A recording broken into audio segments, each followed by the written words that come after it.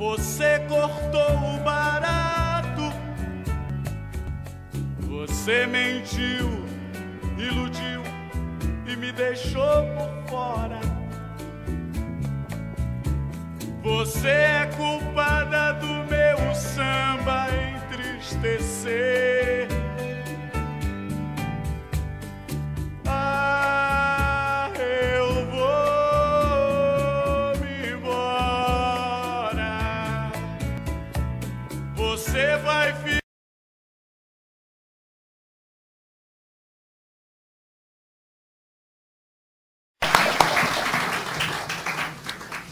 Com a palavra para seu pronunciamento, o diretor do Centro de Saúde, senhor Romualdo Moraes. Excelentíssimo senhor presidente da Frente Parlamentar em Defesa do Servidor Público, deputado Sávio Souza Cruz. Excelentíssimo deputados Adalclever Lopes, Sebastião Costa, Sargento Rodrigues, Eli Tarquínio, deputado Carlinhos Moura, companheiros sindicalistas, Geraldo da Conceição, do Sindipúblicos, companheiros do Sisipseng, do Sindipol, do Sindisaúde, do Sindiute, companheira Maria Helena, representante dos aposentados, todos os trabalhadores e trabalhadoras que sofrem o fatídico e famigerado choque de gestão do atual governo do Estado. Só para introduzir, hoje eu estava vendo na página do IPEA, né, e todos sabemos que o IPEA é um organismo sério, né, que faz com profissionais gabaritados, pesquisas de alto nível. Então, o IPEA estudou durante os períodos de 1997 a 2006, ele fez uma análise comparativa do índice de produtividade entre os servidores da administração pública e a produtividade na iniciativa privada.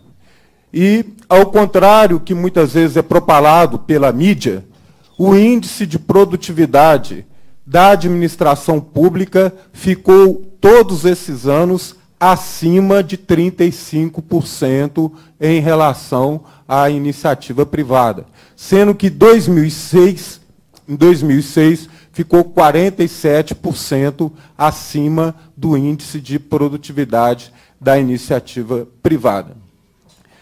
É bom termos esses índices em mente, porque em todos os momentos, sejam momentos de crise, ou até nem tanto, sempre elegem os servidores públicos como responsável por todos os males, por todas as mazelas.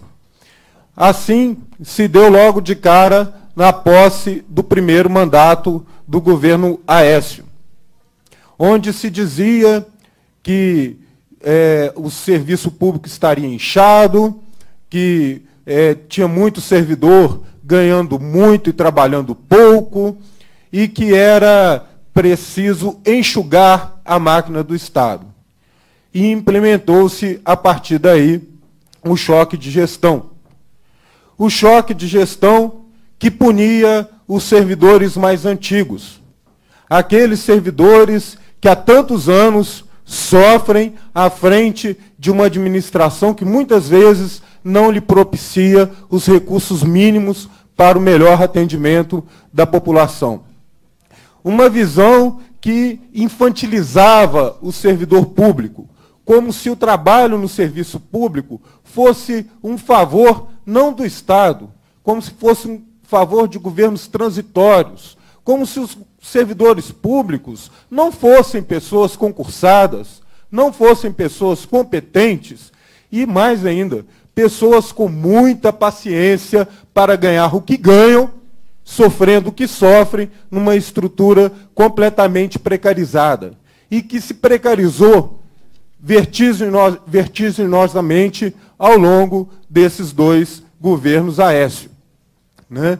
Vemos o caso da segurança, vemos o caso da saúde pública, a maneira como os hospitais foram desmontados, e muitas obras muitas reformas, muitas vezes de fachada, né? Cito um exemplo de onde eu venho, na Hemominas, em que se gastou 40 milhões na reforma do ambulatório de atendimento aos pacientes hemofílicos e logo após a reforma constatou-se vazamento nas instalações de esgoto, né? Uma reforma que foi feita com pompa, com direito a comício, a presença do secretário Mário Pestana, etc. E logo depois dessa reforma, no dia seguinte, já se constatou vazamento nas instalações.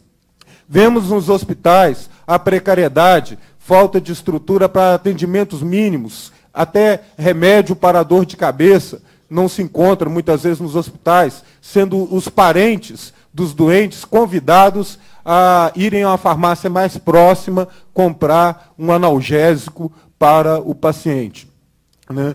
A educação nem se fala. Uma situação triste em que os professores são continuamente desautorizados, onde a autoridade do professor, não se fala em autoritarismo, mas a autoridade necessária para que o professor dê aquele bom ensino em sala de aula, quer dizer, é uma autoridade que vem caindo ao longo do tempo, o professor desmoralizado, desgastado, sem nenhuma condição perante aos seus alunos.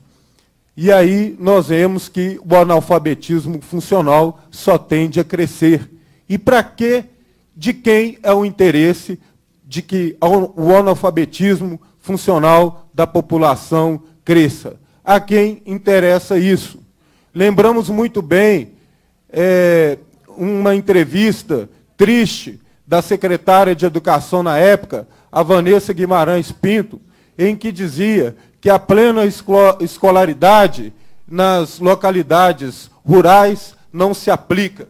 Ou seja, quem está no campo tem que ser enxadeiro, não precisa aprender a ler, não precisa fazer conta, né? E foi de pasmar, tratando-se de uma pessoa que foi reitora da Universidade Federal de Minas Gerais. Para não falar de outras medidas que vieram com choque de gestão, como, por exemplo, a avaliação de desempenho individual. Muitos falam, servidor sendo invariavelmente cooptados por esse governo. E aí faço um paralelo comparativo, lembrando o período da administração do senhor Newton Cardoso, que na época foi um movimento de grande conflagração entre os servidores e o governo do Estado. Hoje, naquela época, os servidores tinham aquele que se declarava frontalmente, antiteticamente aos servidores. Estava ali representado na figura do governador que chamava para si a responsabilidade. Ou seja, para os servidores, digamos assim, o adversário do serviço público e desses servidores estava claro, estava nítido. Neste governo, existiu um processo de cooptação de gestores, de cooptação de chefes, de desacreditação e humilhação dos servidores públicos, de maneira que a chance de alguém se sentir, digamos assim, menos Barnabé, menos achincalhado pela mídia, é ter um mísero cargo de chefia, se cooptando e fazendo com que o inimigo seja disseminado e diluído no próprio local de trabalho. A outra estratégia desse governo, através do choque de gestão e do plano de carreiras, foi a criação de microcarreiras, de microcategorias, fomentando a luta de classes intestina entre os servidores, fomentando um servidor dizendo que merece ganhar mais do que o outro, quando, na verdade, nós não somos servidores de um governo transitório. Nós somos trabalhadores do povo de Minas Gerais.